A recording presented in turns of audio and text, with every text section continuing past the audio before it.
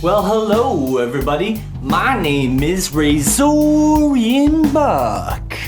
Today I want to talk to you guys about transit. Whatever country you're in, you probably have a transit system. Over here in Vancouver, BC, we've got the SkyTrain. Okay, it doesn't quite look like this.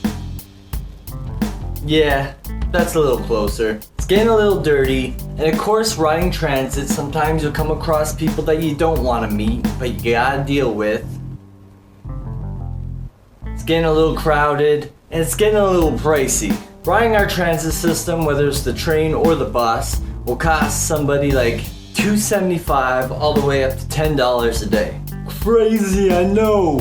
First world problems, yo. But this video is not about putting down our transit system. I want to talk to you guys about the people on the transit system.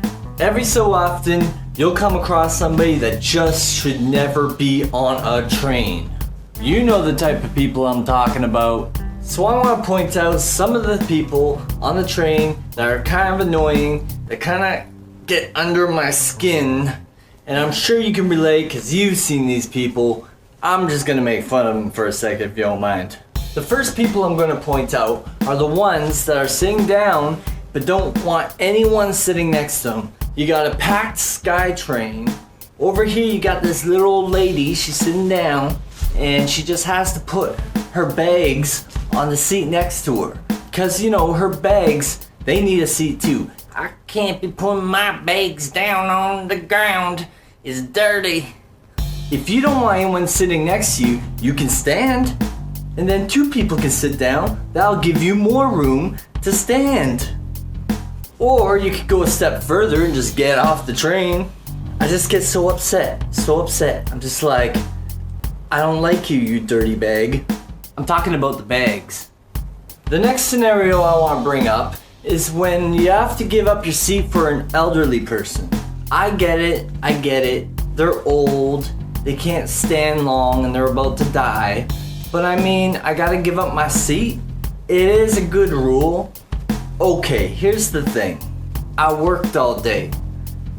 I've been cutting metal and bending metal and lifting up big heavy things for 8 hours straight.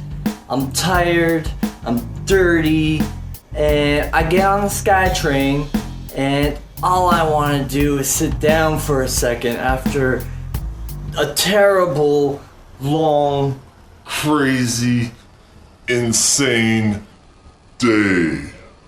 And here's this elderly old person. Okay, what's your plans today? Oh, you decided you'd take a little trip downtown? Go do some window shopping, you know, cruise around Stanley Park and feed the pigeons. Maybe buy an ice cream cone, you know, sit on a bench. Yeah, that sounds like a real hard day. You better rest your legs there. Sorry, I've been lifting big heavy things over my head all day. No, you can take the seat. It's all good. I know you need to feed those pigeons.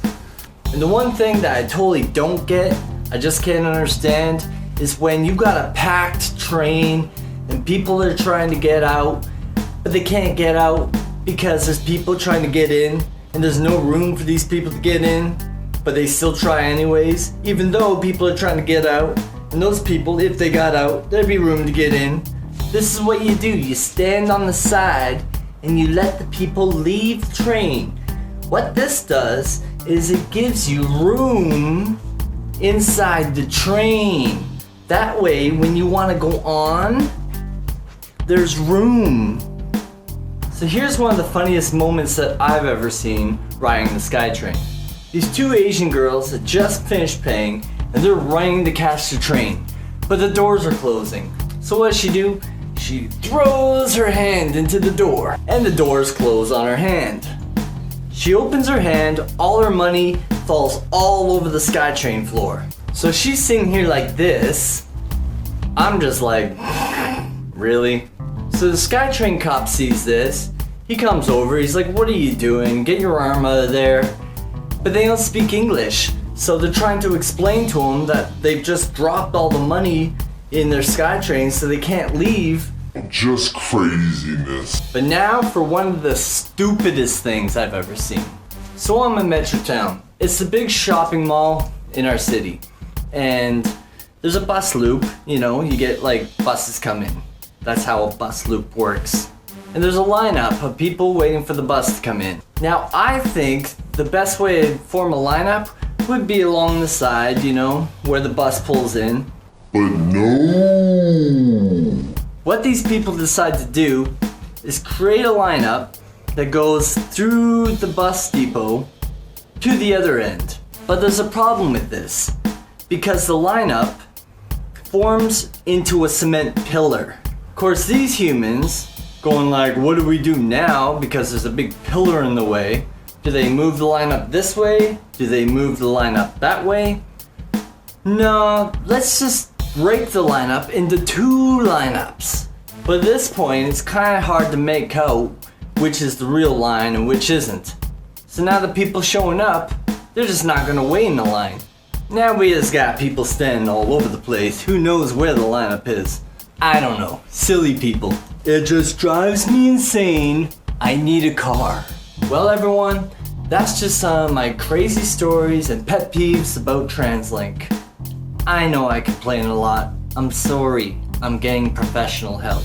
Until then, I hope to see you again soon. I'm out of here. See ya. Say goodbye, Nacho.